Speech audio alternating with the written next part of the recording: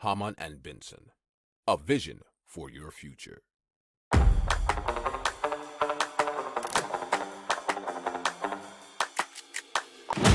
Économie, tech et innovation, hydrogène, énergie. Le journal des stratèges.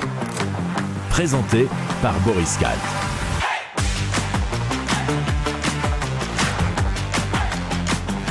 Bonjour à tous et bienvenue dans le journal des stratèges consacré aujourd'hui aux nouvelles technologies. Au sommaire, on va vous parler de la première ville flottante, de l'immunothérapie pour les vignes, mais aussi de bien-être animal et d'une mini-voiture électrique solaire. Vous écoutez le journal des stratèges numéro 256 et ça commence tout de suite.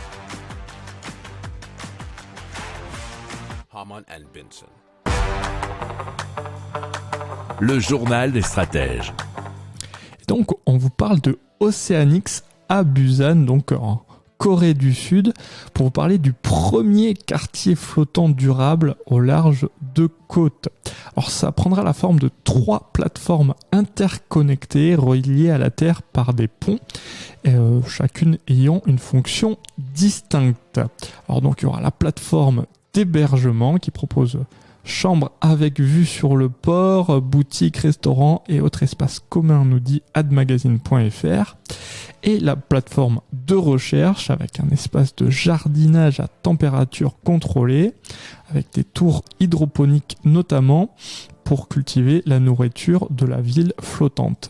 Il y aura aussi la plateforme d'habitation où les habitants permanents pourront résider et bien sûr se réunir. Alors le plan initial d'Oceanix prévoit un espace de plus de 6 hectares de plateforme pouvant accueillir 12 000 personnes. Alors en fonction des besoins, ils pourront s'étendre pour accueillir 100 000 personnes sur un total de 20 plateformes. Alors, l'un des principaux matériaux utilisés pour la construction, c'est Bioroc, qui a été souvent utilisé pour réparer des dommages causés aux récifs coralliens et revigorer les écosystèmes aquatiques. Il faut savoir que Bioroc absorbe essentiellement les minéraux de l'eau de mer pour former naturellement un revêtement de calcaire qui est, nous dit-on, plusieurs fois plus résistant que le béton classique. Alors il est également autosuffisant et autoréparateur au fil du temps. Alors la plateforme utilisera des systèmes en circuit fermé qui récoltent, filtrent et réutilisent l'eau. Alors d'autres déchets seront exploités pour servir des matières premières agricoles ou sous forme d'énergie écologique. Alors l'énergie solaire et éolienne permettra une autonomie électrique des plateformes, mais les plateformes seront tout de même connectées au réseau électrique local en cas d'urgence.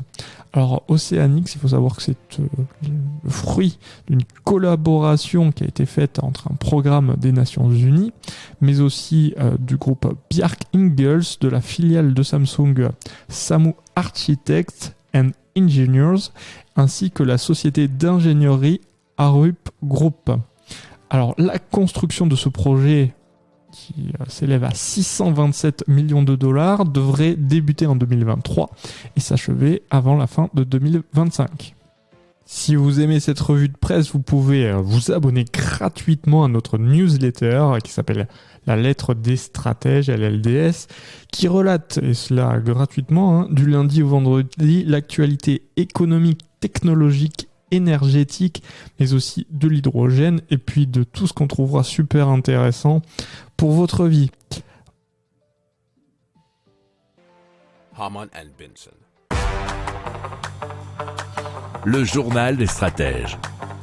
Allez, on va vous parler de l'immunothérapie pour les vignes et plus particulièrement de la start-up UV Boosting qui a donc ce traitement inédit de système d'éclairage qui permet de doper les défenses de la vigne contre les agressions et maladies, nous dit leséchos.fr. Alors il faut savoir que 70 exploitations sont déjà équipées, disséminées à travers la quasi-totalité des vignobles français. Ils s'attaquent désormais au marché étranger puisque certains viticulteurs espagnols, suisses, italiens et même californiens ont mis à l'essai la technologie dans leur plantation. Alors ça permet d'embarquer sur des tracteurs et d'alimenter par la prise de force de l'engin agricole, les panneaux qui délivrent une très forte puissance lumineuse qui traite la vigne via ses feuilles. Donc les UVC ultraviolets de type C stimulent les défenses naturelles de la plante. C'est un traitement préventif qui est à réaliser entre 6 et 7 fois par an entre avril et la fin du mois de juillet. Alors il ne pourra pas encore remplacer totalement les produits phytosanitaires, mais à peu près de moitié pour le moment et en moyenne. Alors il permet, selon la start-up qui aspire aussi à dupliquer sa technologie sur d'autres cultures comme les fraises, mais nous dit-on, si le procédé est universel, la transposition nécessite des adaptations techniques. Hamann and Benson. Le journal des stratèges. Allez, on va vous parler de bien-être animal avec Alerd. C'est une intelligence artificielle qui est capable de décrypter les images en temps réel. Et donc c'est un cheptel qui est filmé 24 heures sur 24 et qui va permettre de décrypter bien les signaux envoyés par les animaux et dans ce cas particulier les vaches. Alors une capsule de couleur va indiquer un état particulier et va permettre donc aux éleveurs bien de prendre plutôt en amont qu'en aval des mesures afin d'améliorer la qualité de vie de l'animal. Et il faut savoir que ce genre d'outil permet donc de repérer le plus tôt possible les problèmes auxquels les éleveurs vont être confrontés. Et bien entendu, c'est pour une idée de rendement de la production, puisque on nous dit que dans cet article donc de l'Express.fr que plus les animaux vont se sentir bien, plus bien ils vont être productifs pour les éleveurs, puisque la production peut augmenter, la productivité plutôt, de 20%, nous dit-on. Si vous aimez cette revue de presse, vous pouvez vous abonner gratuitement à notre newsletter qui s'appelle La Lettre des Stratèges, LLDS, qui relate, et cela gratuitement, du lundi au vendredi, l'actualité économique, technologique, énergétique, mais aussi de l'hydrogène, et puis de tout ce qu'on trouvera super intéressant pour votre vie. Hamann and Benson. Le journal des stratèges.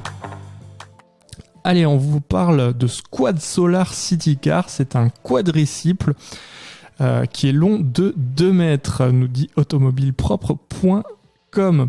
Alors, il peut embarquer 2 occupants et sa vitesse maximale est limitée à 45 km par heure. Il a un petit coffre de 68 litres et les portes sont amovibles et la climatisation reste en option.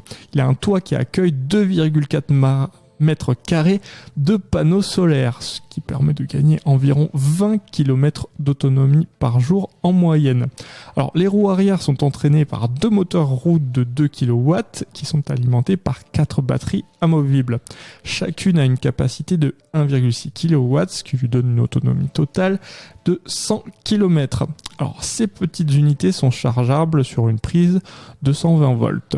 Alors, le lancement se fera en 2023 en France, Belgique, Allemagne et aux Pays-Bas à un prix de 6 250 € hors taxe. Mais la start-up, il faut savoir qu'il vise essentiellement le marché de l'autopartage humain.